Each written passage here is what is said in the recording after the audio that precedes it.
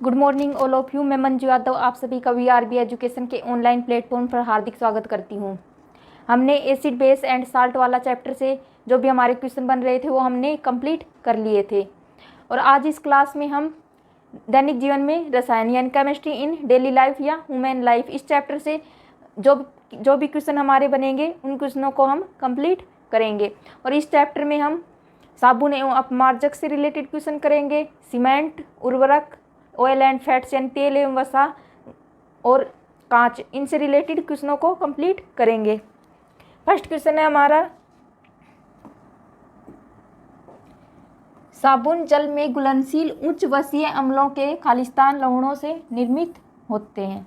जो साबुन होते हैं वो क्या होते हैं, जल में घुलनशील जो उच्च वसीय अम्ल होते हैं, हाई फैटी एसिड के क्या होते हैं, कौन से लवण होते हैं। फर्स्ट ऑप्शन है सोडियम या मैग्नीशियम, दूसरा ऑप्शन है सोडियम या पोटेशियम, थर्ड ऑप्शन है पोटेशियम या कैल्शियम, फोर्थ ऑप्शन है कैल्शियम या सोडियम। तो जो साबुन होते हैं, साबुन क्या होते हैं, साबुन को क्या कहते हैं, सोप। जो साबुन होते हैं वो क्या होते हैं, जल में घुलनशील उच्च वसीय अम्ल यानी high fatty acid. High fatty acid को क्या कहते हैं, उच्च वसीय अम्ल। इनसे क्या होते हैं, निर्मित। उच्च वसीय अम्लों के क्या होते हैं, सोडियम या पोटेशियम लवण। सोडियम या पोटेशियम लवण से क्या होते हैं, निर्मित होते हैं। तो इस क्वेश्चन का राइट आंसर होगा बी, सोडियम या पोटेशियम। सोडियम का उपयोग तो हार्ड सोप के निर्माण में किया जाता है, कठोर साबुन के निर्माण में। सोडियम लवण का उपयोग कठोर साबुन के निर्माण में, और पोटेशियम लवण का निर्माण सॉफ्ट सोप कह दो या मृदु सोप। सॉफ्ट सोप के निर्माण में किसका यूज करते हैं, पोटेशियम लवण का, और हार्ड सोप के निर्माण में, कठोर साबुन के निर्माण में किसका यूज करते हैं, सोडियम का। और इसमें कठोर साबुन के निर्माण में क्या करते हैं, जो सोडियम हाइड्रोक्साइड होता है NaOH, इसके जलीय विलयन में के साथ जो सोडियम लवण होते हैं उनको गर्म किया जाता है। और सॉफ्ट सोप होते हैं मृदु साबुन, उनमें क्या होता है, जो पोटेशियम हाइड्रोक्साइड होता है इसके जलीय विलयन के साथ पोटेशियम लवण को गर्म किया जाता है और साबुन का निर्माण किया जाता है। इस क्वेश्चन का राइट आंसर होगा बी, सोडियम या पोटेशियम लवणों से साबुन निर्मित होते हैं। नेक्स्ट क्वेश्चन है, प्रमुख वसीय अम्ल है। प्रमुख फैटी एसिड कौन से है जो साबुन निर्माण में काम आते हैं। फर्स्ट ऑप्शन है पामीटिक अम्ल, सेकंड है स्टेरिक अम्ल, थर्ड ऑप्शन है ओलिक अम्ल और फोर्थ ऑप्शन है उपयुक्त सभी। जो पामीटिक अम्ल होता है उसका फॉर्मूला होता है C15H31COOH। इसमें क्या होता है, कार्बन होता है, हाइड्रोजन होता है और कार्बोक्सिलिक समूह होता है COOH। और स्टेरिक अम्ल का फॉर्मूला है C17H35COOH। इन सभी में कार्बोक्सिलिक ग्रुप होता है। और ओलिक अम्ल का फॉर्मूला है C17H33COOH। ये इसके केमिकल फॉर्मूले होते हैं। इनमें जो कार्बन की चेन होती है वो उसकी लॉन्ग चेन होती है, तो हमें इनके फॉर्मूले भी ध्यान रखने हैं। पामीटिक अम्ल का फॉर्मूला है C15H31COOH और स्टेरिक अम्ल का फॉर्मूला है C17H35COOH और ओलिक अम्ल का फॉर्मूला है C17H33COOH। तो इस क्वेश्चन का राइट आंसर होगा उपयुक्त सभी। क्या है, ये प्रमुख फैटी एसिड है। नेक्स्ट क्वेश्चन है, कठोर साबुन जिसे क्या कहते हैं, हार्ड सोप का निर्माण होता है। हार्ड सोप का निर्माण किससे होता है। फर्स्ट ऑप्शन है कैल्शियम लवण से, सेकंड ऑप्शन है पोटेशियम लवण से, थर्ड ऑप्शन है सोडियम लवण से और फोर्थ ऑप्शन है मैग्नीशियम लवण से। तो हमने फर्स्ट क्वेश्चन में किया था, जो हार्ड सोप होता है उसके निर्माण में किसका यूज करते हैं, सोडियम लवण का। और इसमें क्या होता है, इस सोडियम लवण को किसकी उपस्थिति में गर्म करते हैं, सोडियम हाइड्रोक्साइड की उपस्थिति में गर्म किया जाता है। सोडियम हाइड्रोक्साइड का क्या लेते हैं, जलीय विलयन लेते हैं।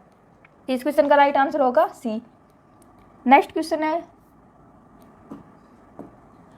कठोर जल में साबुन झाग नहीं देते क्योंकि जल में खालिस्तान आयन उपस्थित होते हैं।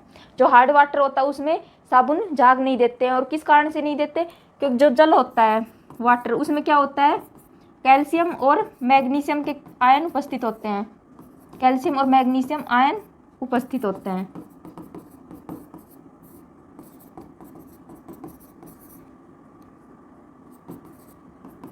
इसमें क्या होता है, कैल्शियम और मैग्नीशियम के आयन हार्ड वाटर में उपस्थित होते हैं। और जो साबुन होता है उसमें क्या होता है, सोडियम और पोटेशियम के लवण होते हैं।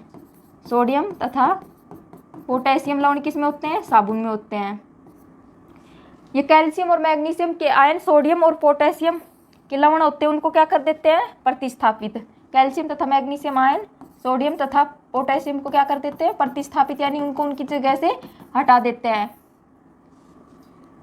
कैल्शियम और मैग्नीशियम के आयन सोडियम तथा पोटेशियम लवणों को उनकी जगह से हटा देते हैं और खुद कैल्शियम और मैग्नीशियम लवण बना लेते हैं। ये कैल्शियम और मैग्नीशियम के आयन क्या करते हैं, स्वयं कैल्शियम तथा मैग्नीशियम के लवण बना लेते हैं। किसको हटाकर, सोडियम तथा पोटेशियम लवणों को हटा देते हैं और खुद उनकी जगह लवण बना लेते हैं। और ये क्या करते हैं, जो मैल होता है उनको कपड़ों से चिपका देते हैं। मैल होता है वो कपड़ों से चिपक जाता है। जो मैल या गंदगी होती है वो कपड़ों से चिपक जाती है। किसकी वजह से, कैल्शियम और मैग्नीशियम लवणों की वजह से। और जो कपड़े होते हैं वो साफ नहीं हो पाते, इसलिए जो हार्ड वाटर है उसमें साबुन झाग नहीं देते हैं। और जो डिटर्जेंट यानी अपमार्जक जिसे सर्फ भी कहते हैं, सर्फ होता है वो कठोर जल और जो भी मृदु जल होता है सॉफ्ट वाटर उसमें कार्य करता है, लेकिन साबुन है वो हार्ड वाटर में काम नहीं करते। तो इस क्वेश्चन का आंसर होगा कठोर जल में साबुन झाग नहीं देते, क्योंकि जल में क्या होते हैं, कैल्शियम और मैग्नीशियम के आयन उपस्थित होते हैं। नेक्स्ट क्वेश्चन है, कठोर जल में साबुन, ये तो हमने अभी कर लिया था। अपमार्जक लंबी श्रृंखला वाले हाइड्रोकार्बन के खालिस्तान के सोडियम या पोटेशियम लवण होते हैं। जो अपमार्जक को क्या कहते हैं, डिटर्जेंट, और आम भाषा में हम क्या कहते हैं, सर्फ, डिटर्जेंट। इस डिटर्जेंट को क्या कहते हैं, सोपलेस सोप, साबुन रहित साबुन। क्या कहते हैं, सोपलेस सोप, साबुन रहित साबुन, ये इसका दूसरा नाम है। जो अपमार्जक होते हैं वो क्या होते हैं, जो हाई फैटी एसिड होते हैं, ये क्या होते हैं, लंबी श्रृंखला वाले हाइड्रोकार्बन के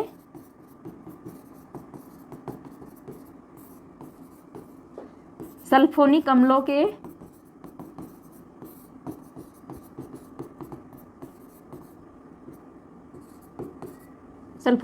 के सोडियम या पोटेशियम लवणों से निर्मित होते हैं।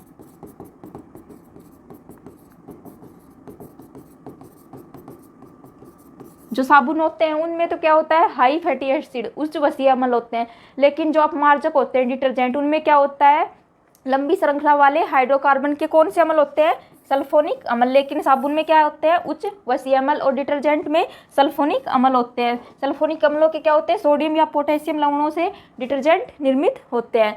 तो फर्स्ट ऑप्शन हमारा वसीय अम्ल, सेकंड है सल्फोनिक अम्ल, थर्ड ऑप्शन है फॉस्फेट अम्ल, और फोर्थ ऑप्शन इनमें से कोई नहीं। तो इस क्वेश्चन का राइट आंसर होगा बी, सल्फोनिक अम्ल। वसीय अम्लों से किसका निर्माण होता है, साबुन का, और सल्फोनिक अम्लों से अपमार्जक या डिटर्जेंट का।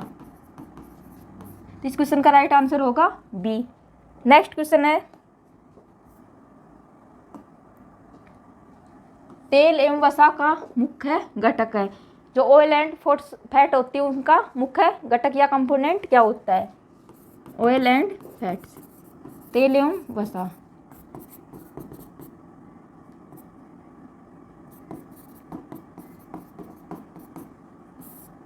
इनमें मुख्य कंपोनेंट क्या होता है, एक तो होता है कार्बन, एक होता है हाइड्रोजन,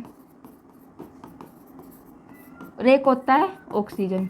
ये तीन मुख्य कंपोनेंट होते हैं ऑयल एंड फैट में, कार्बन, हाइड्रोजन और ऑक्सीजन।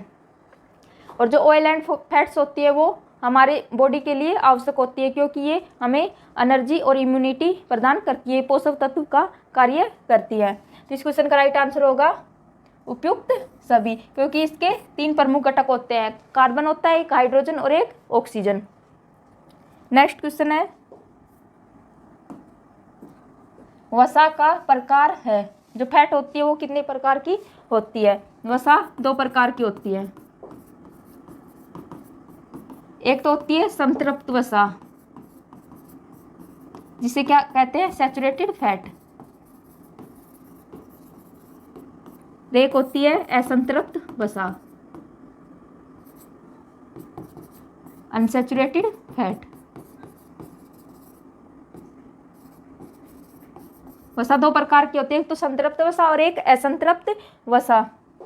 जो संतृप्त वसा होती है, इसका उदाहरण है जंतु वसा। जंतु वसा किस में आती है? संतृप्त वसा। जंतु वसा में आ गया जैसे मांस हो गया, जैसे मांस, दूध हो गया और दूध से बने उत्पाद जैसे मक्खन हो गया, घी हो गया, ये किस में आते हैं? संतृप्त वसा में। और नारियल एवं ताड़ का तेल, ये भी किस में आता है? संतृप्त वसा में। जो संतृप्त वसा होती है वो अधिकतर ठोस होती है। क्या होती है संतृप्त वसा? ठोस होती है। और इनका जो क्वथनांक होता है वो भी हाई होता है, बॉइलिंग पॉइंट भी इनका हाई होता है। और इनका एग्जाम्पल है जंतु वसा, क्योंकि ये जंतुओं से प्राप्त होती है। और जो असंतृप्त वसा होती है, इसका एग्जाम्पल है वनस्पति तेल। वनस्पति तेल किस में आते हैं? असंतृप्त वसा में। और इसका वनस्पति तेल में जैसे मूंगफली का तेल आ गया, सोयाबीन का तेल आ गया, जैतून का तेल, सूरजमुखी का तेल, ये किस में आते हैं? सभी असंतृप्त वसा के अंदर आते हैं। और ये अधिकतर क्या होती है? द्रव अवस्था में असंतृप्त वसा। और इनका बॉइलिंग पॉइंट भी लो होता है और ये द्रव अवस्था में होती है। तो वसा का प्रकार है संतृप्त वसा और असंतृप्त वसा। तो इस क्वेश्चन का राइट आंसर होगा सी, ए और बी दोनों। नेक्स्ट क्वेश्चन है, संतृप्त वसा जिसे क्या कहते हैं? सैचुरेटेड फैट्स का स्रोत क्या है, यानी कि इसका संतृप्त वसा का सोर्स क्या है? फर्स्ट ऑप्शन है मांस, सेकंड है दूध एवं दूध से बने उत्पाद, तीसरा ऑप्शन है सेके हुए खाद्य पदार्थ, और फोर्थ ऑप्शन है उपयुक्त सभी। तो हमने अभी पिछले क्वेश्चन में किया था कि जो संतृप्त वसा किसका उदाहरण है? जंतु वसा का। इसमें क्या आता है? मांस आता है हमारा, दूध हो गया और दूध से बने उत्पाद जैसे घी, मक्खन, दही हो गया, ये किस में आते हैं? सभी संतृप्त वसा में। और नारियल और ताड़ का तेल भी किस में आता है? संतृप्त वसा में आता है। और सेके हुए खाद्य पदार्थ, जैसे सेके हुए खाद्य पदार्थ में हमारे क्या क्या आते हैं? बिस्कुट हो गया, पेस्ट्री, केक, ये किस में आते हैं? सेके हुए खाद्य पदार्थ में। ये भी किस में आते हैं? संतृप्त वसा में। तो इस क्वेश्चन का राइट आंसर होगा डी, उपयुक्त सभी। नेक्स्ट क्वेश्चन है, असंतृप्त वसा क्या है? अनसैचुरेटेड फैट्स का स्रोत क्या है? स्रोत यानी सोर्स। असंतृप्त वसा का स्रोत क्या है? फर्स्ट ऑप्शन है जैतून का तेल, सेकंड है मछली का तेल, और थर्ड ऑप्शन है सूरजमुखी का तेल, और फोर्थ ऑप्शन है उपयुक्त सभी। तो असंतृप्त वसा का मुख्य सोर्स क्या है? स्रोत क्या है? वनस्पति तेल। और वनस्पति तेल के अंदर क्या क्या आता है हमारा? सूरजमुखी हो गया, सोयाबीन हो गया, मूंगफली हो गया, जैतून का तेल हो गया, और हमारा मछली का तेल हो गया। सब किस में आते हैं? असंतृप्त वसा में। तो इस क्वेश्चन का राइट आंसर होगा डी, उपयुक्त सभी। नेक्स्ट क्वेश्चन है, किसके अधिक उपयोग से हृदय संबंधी रोगों का खतरा बढ़ता है? फर्स्ट ऑप्शन है तेल, सेकंड है प्रोटीन, थर्ड ऑप्शन है वसा, और फोर्थ ऑप्शन है कार्बोहाइड्रेट। जो वसा होती है, वसा में क्या होता है? फैट। और ये हमारे शरीर के लिए, इसकी अधिक मात्रा शरीर के लिए हानिकारक होती है, क्योंकि इससे हार्ट अटैक का खतरा बढ़ जाता है। यानी कि वसा के अधिक सेवन से हृदय संबंधी रोगों का खतरा बढ़ता है। कौन से रोग होते हैं? हृदय संबंधी, हार्ट से संबंधित। क्योंकि जो फैट के अधिक सेवन से जो हमारी धमनियाँ होती है, उनमें धमनियों में जो ब्लड होता है, धमनी क्या करती है? ब्लड को पंप करती है। उसमें जो रक्त होता है उसकी क्या हो जाती है? क्लोटिंग। क्लोटिंग यानी उनका जो ब्लड होता है उनका कत्था जम जाता है, यानी कि जो खून होता है वो इकट्ठा हो जाता है, और जो ब्लड प्रेशर होता है वो हाई हो जाता है, यानी बीपी हाई हो जाती है। क्लोटिंग की वजह से क्या होता है?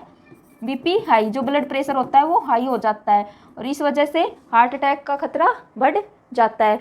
तो वसा के अधिक सेवन से क्या होता है? हृदय संबंधी रोगों का खतरा बढ़ता है। तो इस क्वेश्चन का राइट आंसर होगा सी, वसा के उपयोग से। जो तेल होते हैं वो क्या होते हैं? चिपचिपे खाद्य पदार्थ होते हैं।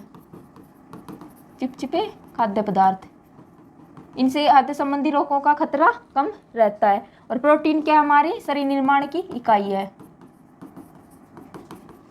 जो हमारी बॉडी का मास होता है वो प्रोटीन की वजह से ही विकास होता है। शरीर निर्माण की क्या है, इकाई। और कार्बोहाइड्रेट क्या कार्य करता है, हमारे बॉडी को एनर्जी देता है, यानी कि शरीर को ऊर्जा प्रदान करता है। किस किस प्रयोग से हृदय संबंधी रोगों का खतरा बढ़ता है, वसा यानी फैट के प्रयोग से। नेक्स्ट क्वेश्चन है,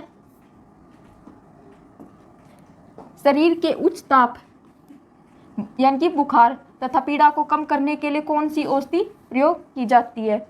जब हमें बुखार हो जाता है तो हम उसके बचाव के लिए कौन सी औषधि प्रयोग करते हैं। फर्स्ट ऑप्शन है पैरासीटामोल, सेकंड है एस्प्रिन, थर्ड ऑप्शन है ब्रूफेन, फोर्थ ऑप्शन है उपयुक्त सभी। तो ये तीनों औषधियाँ ही बुखार में यूज करते हैं, पैरासीटामोल भी, एस्प्रिन भी और ब्रूफेन भी। ये कौन सी औषधि होती है, प्रतिजोरकारी औषधियाँ होती है, प्रतिजोरकारी औषधियाँ। ये शरीर के जो टेम्परेचर हाई हो जाता है उसको कम करती है और पीड़ा को भी कम करती है। तो इस क्वेश्चन का राइट आंसर होगा उपयुक्त सभी। नेक्स्ट क्वेश्चन है, प्रतिजैविक औषधियाँ जिन्हें क्या कहते हैं, एंटीबायोटिक्स का निर्माण होता है। जो एंटीबायोटिक होती है उनका निर्माण किससे होता है। फर्स्ट ऑप्शन है पेड़ पौधों से, सेकंड ऑप्शन है सूक्ष्मजीवों से, थर्ड ऑप्शन है शैवाल से और फोर्थ ऑप्शन है उपयुक्त सभी। तो जो सूक्ष्मजीव होते हैं उनसे एंटीबायोटिक का निर्माण किया जाता है, सूक्ष्मजीवों से निर्माण।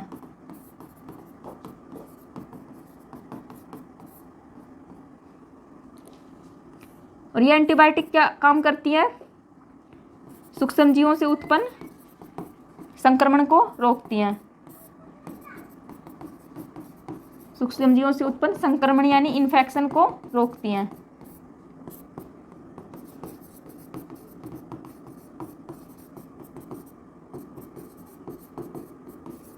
और प्रथम एंटीबायोटिक थी पेनिसिलिन, जिसका आविष्कार किया था अलेक्जेंडर फ्लेमिंग ने।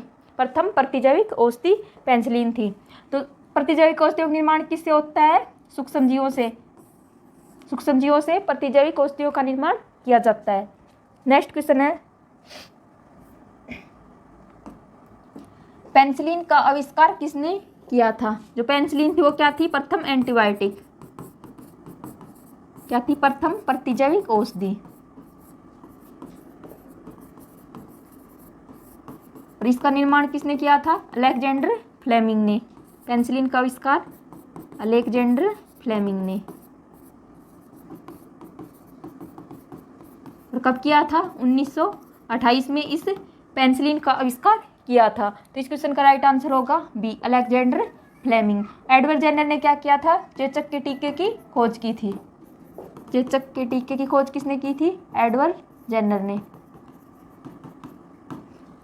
इस क्वेश्चन का राइट आंसर होगा बी। नेक्स्ट क्वेश्चन है,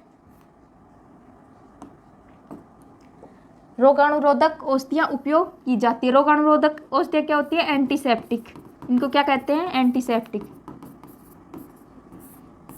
जो रोगाणुरोधक औषधियाँ होती है उनका यूज कब होता है, जब हमारे शरीर में कोई कट लग जाता है या जला हुआ घाव होता है, यानी जलने से जो घाव हो जाता है और शरीर में चोट लग जाती है या कोई कट लग जाता है, तो उसके बचाव के लिए, उस इन्फेक्शन को रोकने के लिए हम किसका यूज करते हैं, एंटीसेप्टिक का, रोगाणुरोधक औषधियों का। तो फर्स्ट ऑप्शन हमारा चोट लगने पर, जले हुए घाव को ठीक करने पर, बुखार होने पर, ए और बी दोनों। चोट लग जाने पर या कोई कट लगने पर, कट जाने पर किसका यूज करते हैं हम, रोगाणुरोधक औषधियों का, एंटीसेप्टिक का। तो इस क्वेश्चन का राइट आंसर होगा ए और बी दोनों। बुखार के लिए हम क्या यूज करते हैं, प्रतिजोरकारी औषधियाँ। इस क्वेश्चन का राइट आंसर होगा डी, ए और बी दोनों। और ये एंटीसेप्टिक क्या करती हैं, इन्फेक्शन को रोकती हैं, इन्फेक्शन यानी संक्रमण को रोकती हैं, और कीटाणुओं का क्या करती है, नाश करती हैं।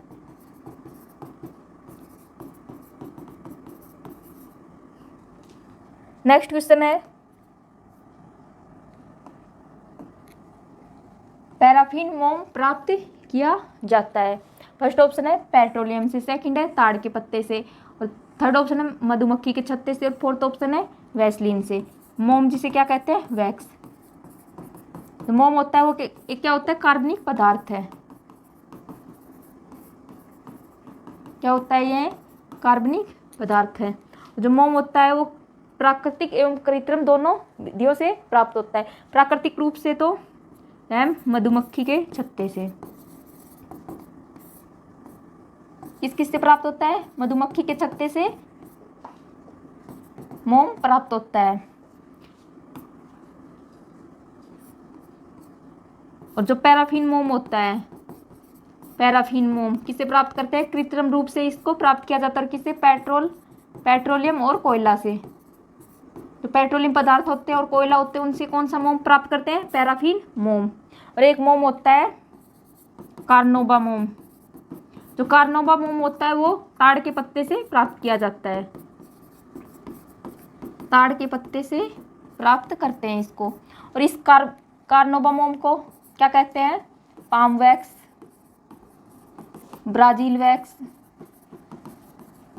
और मोम की रानी, ये इसके क्या है, उपनाम। ये भी हमें ध्यान रखना है। जो कार्नोबा मोम होता है वो किससे प्राप्त होता है, ताड़ के पत्ते से। और इसके उपनाम क्या है, इसको पाम वैक्स कहते हैं, ब्राजील वैक्स कहते हैं और मोम की रानी भी कहते हैं। और जो पैराफिन मोम है वो किससे प्राप्त होता है, पेट्रोलियम और कोयला से प्राप्त किया जाता है। तो हमारा क्वेश्चन था पैराफिन मोम किससे प्राप्त किया जाता है, पेट्रोलियम से। तो इस क्वेश्चन का राइट आंसर होगा ए। नेक्स्ट क्वेश्चन है, आज हमने इस क्लास में 15 क्वेश्चन कंप्लीट कर लिए हैं। नेक्स्ट जो क्लास होगी उस क्लास में हम इसी चैप्टर से बचे हुए क्वेश्चनों को कंप्लीट करेंगे। आज के लिए इतना ही, धन्यवाद।